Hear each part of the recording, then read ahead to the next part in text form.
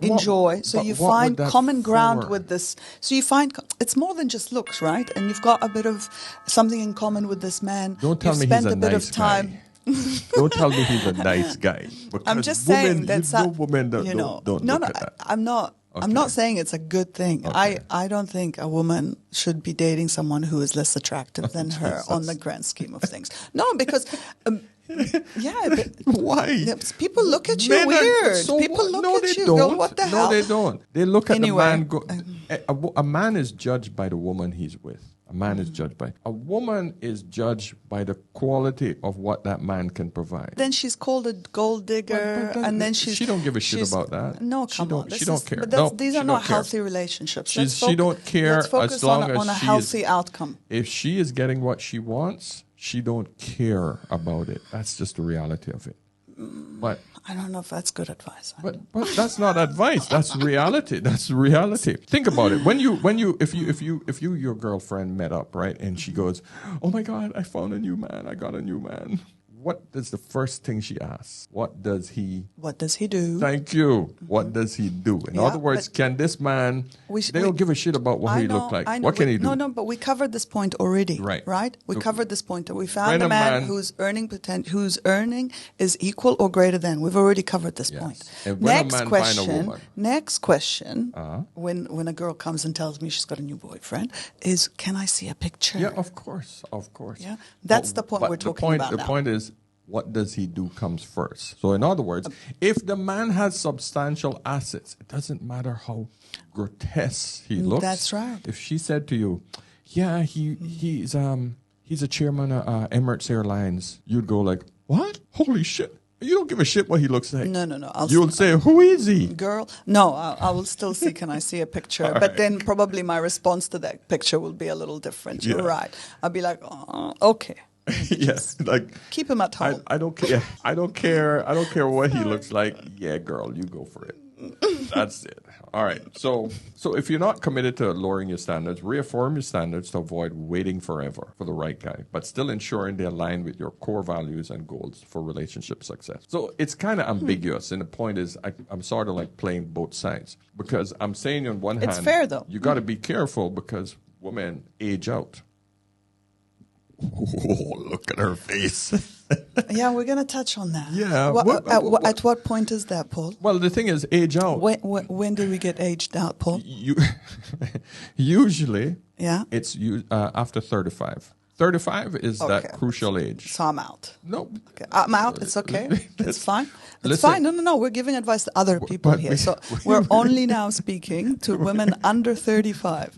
Everybody else, women of the internet over 35. Ladies, listen to what I'm saying. Usually, you never ask what men want. And the problem is a lot of women wait, thinking that they're not lowering their standards, not realizing standards are not set by you. Standards are set by the market. The market are the men who want you, that you want. The men that you want, you need to ask yourself, are you the person that they want? Because ultimately, they're the one who is responsible for the relationship. This is what a lot of women do not understand about themselves, because they listen to other women about this, and these women have said, girls, you just stay with you. You don't lower your standards for anyone. Oh, he's not right for you. You're better than him. But the market that you want don't want you. This is where the women get a problem, and that's why I put that in there. Look, I will agree with you that at 35, a woman's value diminishes in society because fertility. Thank you. Okay, because of fertility. Second. Looks. Yeah, very good. No, I don't agree with looks. You talk to the men. Look at me. Sorry. I got you. No, Paul. No. See, the problem it's is... not. It's if you you look after yourself, I am better looking now. I have pictures than when you were 20s. Okay, yes, fine. but actually I don't have the pictures. They've been deleted off all servers. All right. No. Okay. But all women the say fact the same. is, we have access to like we were saying before. We have access to great skincare. We have I get makeup. We have this. We have that. All the things that men women don't are still like. looking great, and the sad thing is that the men don't have the same access to these tools. So actually, who's dwindling in terms of physical attractiveness is men after 40. You just go, like that. Sorry, dudes. They don't. But that's because you don't. Anyway, back to when, fertility, because that's an actual thing, what, right? What is it that men, as men get older, what do you think his assets grow? Up or down? Financial? Yes. Hopefully up. Exactly. Most men go up. Most men don't reach their peak financial success until they're around 50. And at that time, that's when most women will find him most attractive. Because we got to go back to what we said earlier. If he's a 4, but he's a multimillionaire 4, you will jump on that. Aren't we talking to the average man here, Paul? Absolutely. But what I'm saying to you... If we're talking to the average man, he's not a multimillionaire. Right. But all I'm saying to you, what we're talking about looks. We're talking about looks. Because women tend to think that they are increasing in looks over what men want. I'm saying to you is that men don't have to look better. Now, of course, I always say to men, you take care of yourself in your later years. Take care of yourself. I don't have a pot belly at 58. Yeah. To me, this should be the average guy right here, right? All right, yeah. So point is that if we're going to compare ourselves looks to look, this is what men should be looking like. But the average man, unfortunately, most of them are obese, just like the average woman is obese. But a woman who's obese, who puts on a pound of makeup and puts in the weaves and get to the BBL and the lip, whatever, freaking Botox and all of that crap, thinks that that is who she is. But men can recognize that's not what I want. That's not what I want. I don't want a woman who's that insecure about herself, who thinks that she needs to have these additions to keep looking pretty. I know, but unfortunately, we're all pegged against each other, Paul. That's the problem. Women right? pegged. That's the problem. I want to try to understand what pegged means. If I'm going to go out without makeup, and people will stop me on the street and ask if I'm all right. Come on. All right, let's finish up the chart. I don't want to make the video too long, even though it has gone long already. So reaffirming standards, because we all settle. And that's a whole other story, other discussion we have to have, right? So let's say, are you committed to lowering your standard? If the answer is yes. So building connections, are you able to communicate effectively and build emotional connections with potential partners? If the answer is yes. Just to close the loop on that lowering standards thing, right? Like, because we've kind of already closed it already, but we just need to understand our own place in the market. Yes. Yeah, but still you agree with me that a woman should not lower her standards beyond the realistic placement of her own self in society. Absolutely. Correct? I get it, and I did agree. Okay. You should have certain standards. Thank you. If you've done the work, man, the market will dictate. Because part of that is we have this saying, the 3 Fs: fit, friendly, feminine, childless. That's what men primarily look for. Fit, friendly, feminine, childless. So if you can fall into those categories, right, and stay in that, meaning even when you're 30, I'm 40, already 40, out. Right. We've established I'm out. So this is not about me. I'm already out. No worries. But we're not talking about you, The childless thing is an interesting one because for me, I prefer to find a partner who has children. And that is the condition. That's where I'm at. Do you know what I mean? Right. I agree. It's about 100%. Knowing where you are. Yes. And finding someone who is compatible to a standard. Yes. Yeah. 100%. That's what I'm talking about. Because that's what this is. Reaffirm your standards, avoid waiting forever for the right guy, but still ensure they align with your core values and goals for relationship success. And if you haven't done that, then you get thrown right back up to research the dating market again to reevaluate. Cool? Now, if it's yes, building a connection. Are you able to communicate effectively and build emotional connections with potential partners? If that answer is yes, look for avoid common pitfalls. Do you avoid common mistakes such as ignoring red flags or focusing only on your needs? So red flags in men, if the disrespect is coming, if he feels too comfortable in the relationship and, just not being the person that you want him or you think you should have, then you got to address these things. Most likely, if you've picked a pretty good person, there is no way that you're going to get that perfect guy that is going to bring you perfectly together. I agree with like the blindness right. that can overcome women, right? Perhaps some men, Either but mostly women, about like this state of love, yes, that they fall into an infatuation, that they fall into, if they do find that perfect partner, right, that they then become blind, yes, to red flags. Yes. What do you think causes that? What do you think some of the red flags? What do you think some of these things are? I mean, I'm asking you because I want to get inside your head a bit. Go again? What do you think some of these things are that women tend to ignore? Maybe like anger if the issues. Guy has anger issues. Yeah, okay. Yeah, anger issues, right. or his relationships that he has with other females, how he speaks and portrays himself, if he lies, which can be a tricky one. Yeah. Because we found the great guy, and then we're like, no, but he can't be also lying, or he can't possibly be seeing someone else. Right. And this and that, where you start building this fantasy in your head of this character who may not actually be who he is presenting himself to be. Yeah. I find that most women tend to get dictified. It right. happens. Or if the guy has money, she gets blinded by the shiny objects. She ignores the fact that, he might buy your stuff, but he's an asshole. He don't treat you with respect. He treat you like an object rather than, a real woman. So you got to be careful of those things. I've been out with my wealthy friends, and he'll buy a bag for her, but then, he'll talk really disgusting about his woman. I'm like, boss, that's your woman, man. What the fuck? Why are you talking about her like that? Yeah, well, she's just a freak. I'm like, it just gives me the chills. Like, but she's there like, because she got a bag. You know what I mean? These are the things that I encourage women to be careful and watch out for. Don't get caught up with the sparkly objects, right? So just not to linger on it too much. But ladies, those are usually the two that we kind of skipped this one a little bit. Can we jump back? Building connections. Are you able to communicate effectively and build emotional connections with potential partners? Right. Before we sat here, by the way, I asked Paul, where is the male chart? Right. Because I wanted to see I've done it. The other side of the coin. I haven't seen it. Maybe you can send it to me later. Yeah. Or maybe we can talk about it another time This if you're open to an opinion. Yes. But we should highlight the fact that effective communication is lacking in males more than females, unfortunately. Agree. I can concede. But the reason I hesitated is because males and females communicate differently. The problem is most women want us to communicate like you communicate.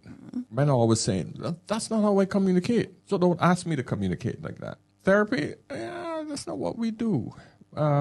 So we got to understand communication is I think that's the biggest gap. But again, that's why I was telling you I wanted to see the other chart, because you've given advice here to women to go to therapy, but now you're saying men shouldn't go to therapy. And no. That's not I'm not saying don't go to therapy. How we go to therapy and how you go to therapy are two totally different therapy. Mm-hmm. I don't want to get too deep into it because. But I think communication is a really important topic. Right. And women are better communicators because of the fact that we have always been chit-chatters, right? We've always had our girlfriends around. We know how to talk. We know how to express our emotions. And it's a healthy trait. You know how to communicate with women. Men can do the same or not. I think it's down to an individual level. Some men are great at communicating. Right. Some men have no clue at communication. But so it's I'm pushing back on you. What I'm trying to say, I'm not disagreeing. Right. Are you able to communicate effectively is a two-way street. Absolutely. Because you don't want a woman who's just going to constantly blah, blah, blah, blah, blah, blah, blah at you. That's announcing. That's and you're not able to communicate back or find a balance or the right way of talking to each other. 100%. But I disagree with you when you say that women are better communicators. Men or women? Women. Women are better at communication. Women, for sure. If men are worse at communication, why do so many women expect men to read their body language rather than just be direct? Oh my God. I don't know. Are men expected to be mind readers? Yes. Is there a difference between what women say that they want in a relationship and what they actually respond to? Absolutely. If so, how are women better at communication? We're not. But you just said that they were. I lied. Clearly, I'm not communicating well. Duh. If you listen to two guys communicating or just read their text, they're very, very direct. And they're just very direct in general. Whereas women are more indirect, and they expect you to be able to observe and understand body language, intuition. They're much less direct with communication. We can look at the facts if you want. We can look at the facts. Ask what's her name? The mere ChatGPT. Check with ChatGPT. The There's a reason ChatGPT's voice is a female voice. No, it's a more calming voice for me. To me, there's nothing more beautiful than a feminine voice. Hence, better communicators. Right. Men are actually natural communicators and excellent communicators because men are direct and they say what they mean. Whereas women were very poor communicators because we are indirect and we talk in circles because we are pain avoiders. So we talk in circles and stay stuck in our emotional turmoil and are unable to say what we mean and unable to speak directly to come to a solution to the problems in the marriage. Let's move on. I'm going to come back to that one later on. If no, but what I'm saying is at this point it's a two-way street. Do you know what I mean? Of course, communication is two-way. You can't build an emotional connection with a man who has closed himself off from having an emotional connection. Absolutely. Right? 100%. So if it's a no, your advice is to work on active listening, okay, which is a polite way of telling a woman to shut the fuck up, right? Alrighty. Exactly. Okay, Paul. Showing genuine interest and being open to building emotional intimacy. Yes. Once again, I will argue this is a two-way street. Absolutely. 100%. Yeah. 100%. Okay. Yeah. Yeah. See how agreeable I am? Me too. All right. So after all of that, if you built the connection, then avoid common pitfalls. Do you avoid common mistakes such as ignoring the red flags? So we discussed that. Yeah, don't ignore the red flags, because a piece of advice I have for women here is not to rush into relationships. To be honest, and this is something I say in my stand-up, obviously in joke form. But meeting a man and just deciding within the moment that he's the one can be troublesome. My advice is to take your time, get to know someone over time, don't get emotional, and Well, the reason why a lot of women rush into it is because they put it off until it's urgent. That's Two things, right? Something could be urgent and important. A relationship is important, but if you start it early, it don't have to be urgent. True. So most people. This is why I do not agree that you put off. Another reason you don't put off a relationship until, I'm freaking 3 years away from geriatric pregnancy, which starts at 35, right? Start a relationship, a serious relationship. Date with intention in just after 24, 25, so that you can get 3 years to be with a man to see that, okay, this is the guy. Yes, every single man that you with, there's going to be some problems, there's going to be some flaws. You'll never meet the perfect guy. You have to be building and constantly rebuilding and reconnecting in a relationship. It's not about the perfect guy, right? We have to be realistic that nobody's perfect. No human is perfect. Right. But the problem that women face is that they get men showing them what they want to see in order to get whatever they want out of them. So that's kind of the advice I'm going as. In the initial part of meeting a man is not to follow the honeymoon phase. First 3 to 6 months. The honeymoon phase. The first 3 to 6 months. It's critical not to fall head over heels and get blinded. Exactly. Blinded. And this is why I have a problem with the spark. That's a whole other discussion. I want a flame. It should be. If the person really spark, if it's a spark, it shines bright, and then what happens to a spark? Poof, exactly. Where you got a flame, right? And it's burning nice and warm, and it's continuous, and you can build on it, throw some more wood on it. That's you communicating. That's you going to, talking together, getting some therapy together. That's you realizing your differences and overcoming them and seeing if you can live with each other. That's the fuel that you're putting on it, the extra wood. All of a sudden, you got a nice, warm, cozy fire that both of you can work and live around, as opposed to a spark, which is a big explosion, and then all of a sudden you realize, wow, okay, that was crazy. And then usually somebody leaves with a lot of trauma. Get me? All right, let's go. We're almost there. If you've done that work, then you get down to long-term compatibility. Have you assessed if your partner, life goals, values, and lifestyle aligns with yours? Yeah, so that's the stuff I'm talking about that you need to assess in the first stage, in the first 3 to 6 months. Yeah.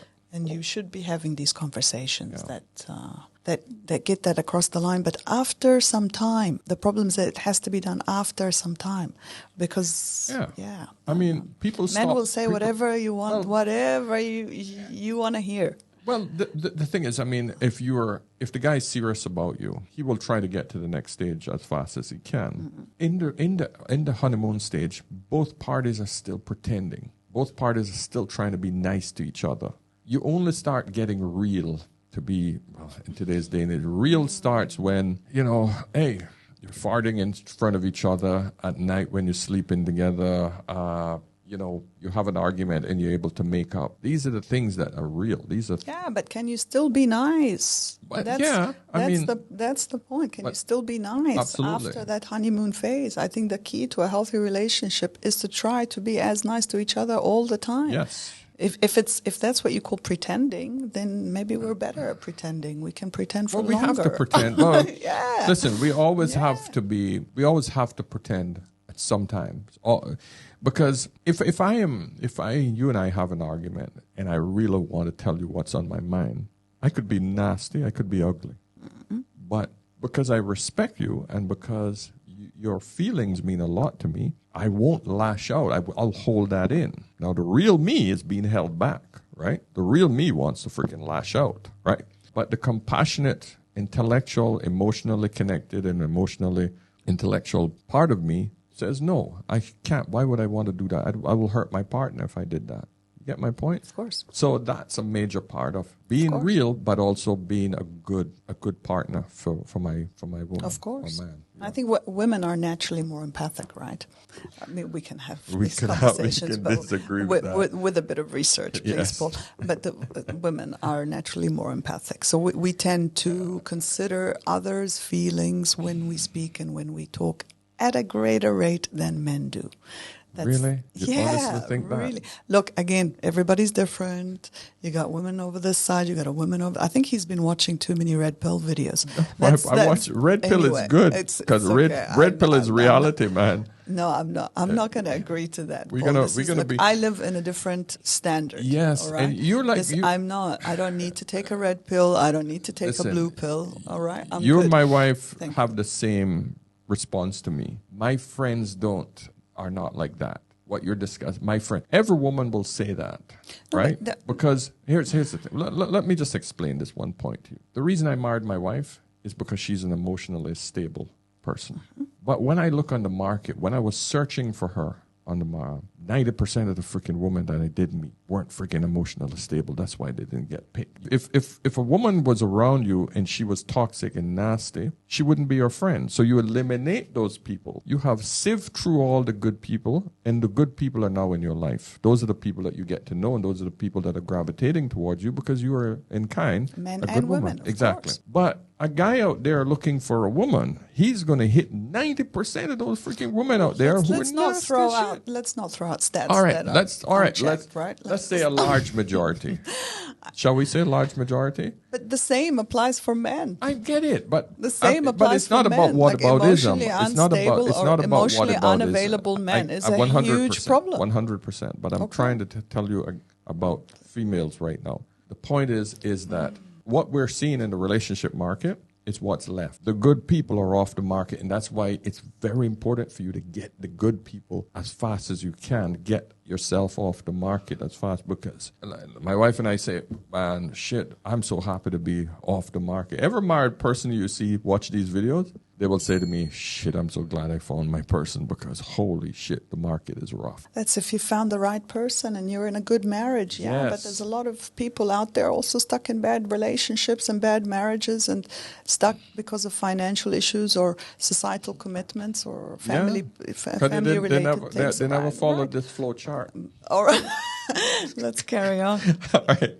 So commitment and security. Is your partner showing clear signs of commitment and investment in a long-term relationship with you? This is a big issue. What are those signs, Paul? Well, I think that if you're with a man and he does not even indicate to you that he has an interest in getting married after the first 3 to 9 months, because men could literally see almost right away, okay, this is marriage material. This is a woman that I can see potential with. Men can feel it. Men can see it. Do you think they're going to say it outright, or is it through actions? No, he knows. All I'm saying to you is he knows. How would he express that, though? If he doesn't express it to you, like, hey, you ever thought about getting married, of us getting married? He's going to throw the possibility first. He's not going to ask you to marry him. He's going to say, hey, what do you think? Both of us getting married one day? Can you see it? I am going to agree with you. Right? I'm going to agree with you. If you don't do that in that time. Both my failed marriages have had exactly that conversation very early on. Mm-hmm. I think within the first couple of meetings, both of my ex-husbands said that they wanted to marry me. Okay. Right at the beginning. No, so I'm fully agreeing with you. But you just close it here is that you're saying that a man who does perceive you as a potential wife will mention marriage verbally. Verbally, yes. Within the first few months. Right. If he don't bring it up, you ask him. Okay. We've been together 6 months. You ever thinking about getting married? Ask him. And if he shows no indications, get out. 6 months, get out of the relationship. Because a man will drag you in a relationship. He will freaking drag your 100%. Ass in a relationship. Because if he's getting the punani, right? If he's milking the cow, he don't have to marry it, right? I don't like to use that kind of language, Paul. But I think the better indicator is moving in together. If you've gotten into a place where you've moved in, right, and there is no mention of marriage, and you do want marriage, then you need to move out. Yeah, then move on. Because you're because you're providing him with a home. Everything is in that home, and marriage is not going to be a necessary factor anymore. Right. But you also have to indicate that you are a wife as well, right? Because a lot of women don't realize that a relationship with a man is you're showing a man that you can be a wife, right?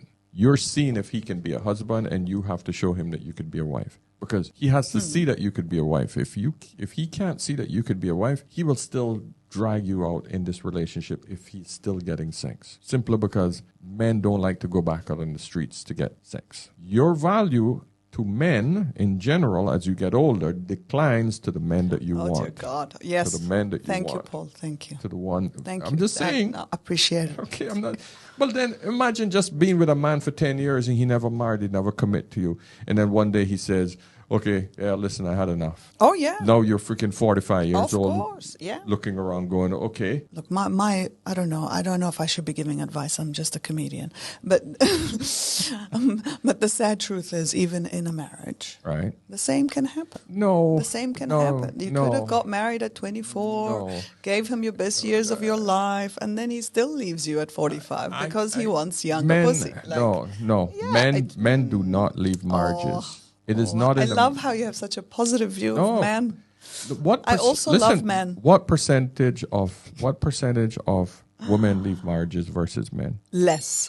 What do you mean less? What percentage of women leave marriages? I understand your question. Okay. You mean who? Who leaves marriages more, men or women? Women, I guess, yeah. Who starts the topic about divorce, do you mean? Who initiates divorce? The divorce? Who initiates divorce? Women? 80 to 90%. Men do not leave marriages. 80 to 90%. The 90% is if you're educated, you will leave marriages 90% of the divorce. That doesn't sound right. Yes, it is. Sure? Yep. So we're at the end now. So the last one is commitment and security. If your partner shows clear signs of commitment and investment in a long-term relationship with you, is your partner. If the answer is no, then go back to reevaluate the relationship to see if this partner is truly committed or if it may be best to move on to someone more aligned with your future. And then that will just pop you right back up to the start. Start attending social gatherings to meet somebody else. Cool? Or get back on the apps. All right. And or get back on the apps. And if the answer is yes, proceed with confidence, knowing the relationship has a long-term potential. Yeah? I like that. But of course, at this point, a whole other can of worms begins. My goodness. So relationships are a nightmare. Yeah, so difficult to maintain. Absolutely. And, it's much easier to find a partner than to keep a partner. Anyway. I've been in it for 20 years, and I can tell you every day is well, not every day, but it's a challenge.